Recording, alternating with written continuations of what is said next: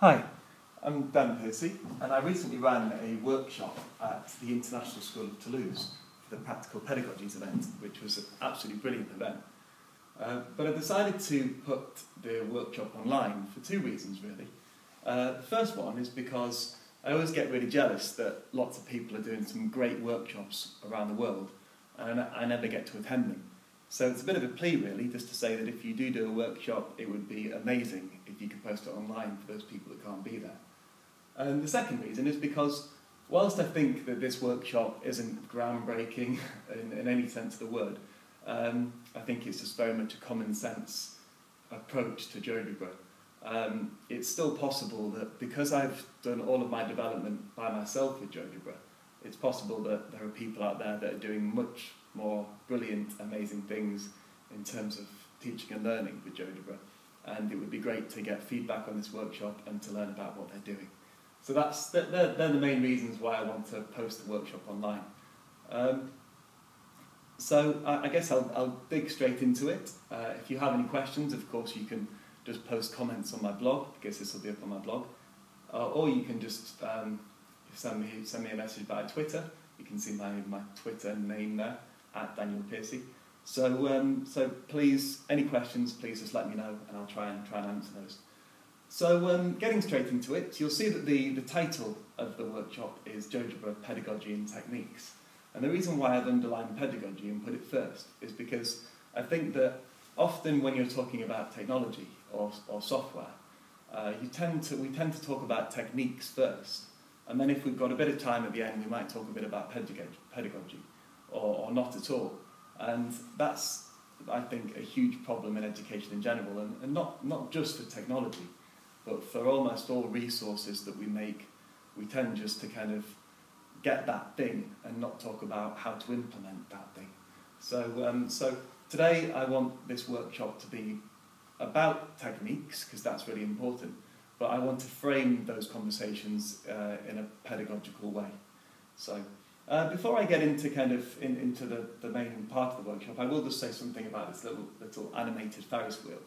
So when I'm teaching the unit circle to maybe year 11s or year 12 students, I'll put this on the board, and I'll just say, as the students are coming in, I'll just have it on the board, and I'll just say, oh, sorry, I was messing around with something on Geogebra.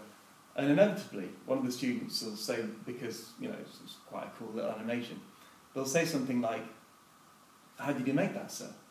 And I'll then say, well, you haven't got the maths for this yet, unfortunately, so maybe at some point in the future you'll be able to make this.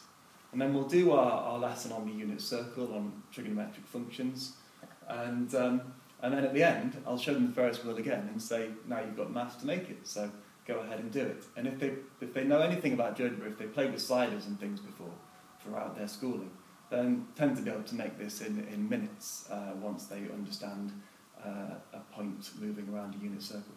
So there are ways in which you can build up a bit of intrigue and curiosity with Geogebra, and I tend to do that not often, but in some cases it can really build up some intrigue.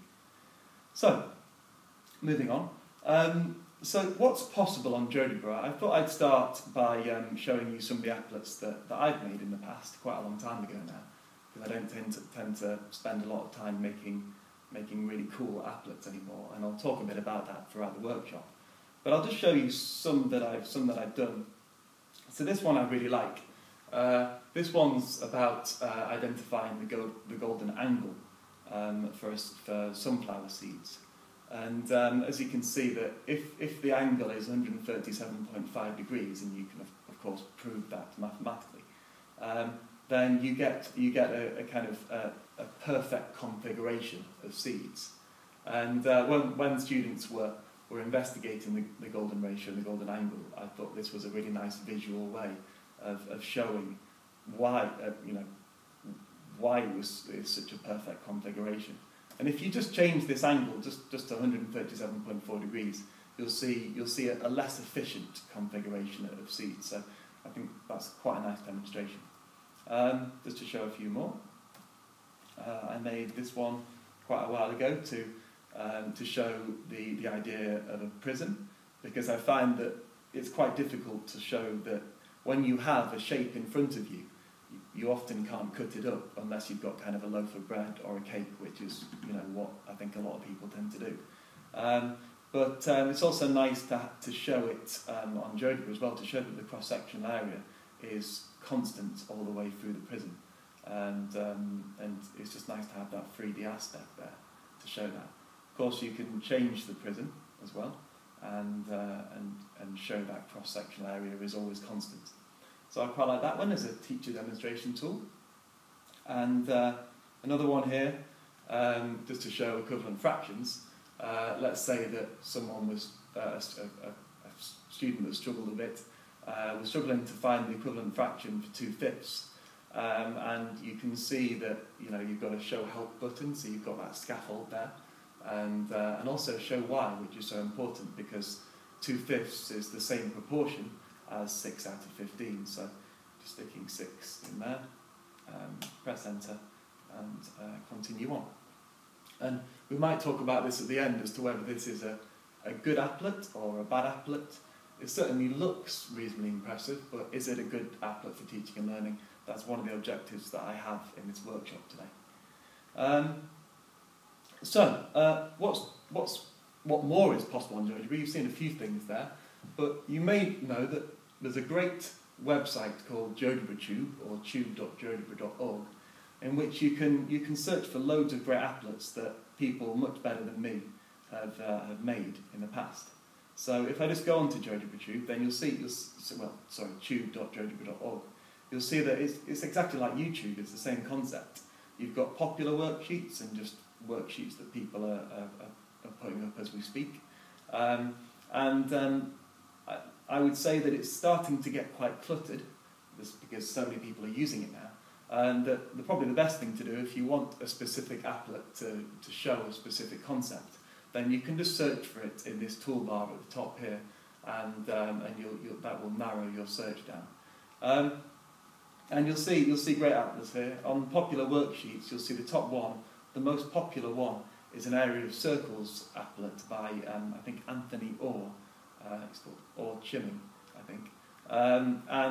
You'll see a lovely demonstration of kind of dissecting up a circle and then rearranging it into a parallelogram and going from there and starting to see why the area of the circle is pi r squared from the applet. So again, quite a nice demonstration tool there.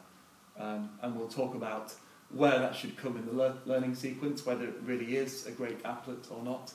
That's what I want to kind of get to the crux to in this workshop. So why should you put your time and effort into improving with Geogebra? Obviously you've seen a few really cool applets there, but I would say that when I started using Geogebra, I realised something quite quickly, that they have really innovative developers. So when I started, I think it was Geogebra 2.4 or something, and it was very different then. It didn't have anywhere near the functionality it has now. But now we're on Geogebra 5.0, and there's so much going on. And the reason why there's so much going on is because the developers just keep on making it better and better. And the second reason why I would choose to put my time and effort in Geogebra is because there's such a large community of support, especially on Twitter. If you've got a problem, just tweet someone that you know uses the software a lot and is good with the software, and you tend to get a response within, certainly within the day. So it's a great community there that help each other out on kind of technical aspects of the program. So other than that, that's why you would choose maybe Geogebra over another piece of software. But why would you want to get better in your use of Geogebra? Well, I think that personally it helps students understand the concept better than they would be able to without it. And that obviously doesn't apply to every single mathematical concept, but there are many concepts in which Geogebra really, really displays the concept very simply and very well. It can really help students to solve a problem or provide more evidence for a conjecture, just like a calculator or Excel would. I tend to use Geogebra quite often if I've got a conjecture about something geometrical. but it doesn't have to be geometrical. And I'll use it just to kind of confirm my conjecture before I then go into trying to justify or prove that particular thing. And I don't know what I did before Geogebra, but to create diagrams or figures for worksheets and tests, but it's all I use now to make really clear figures and diagrams for worksheets. So that's a great little add-on to it.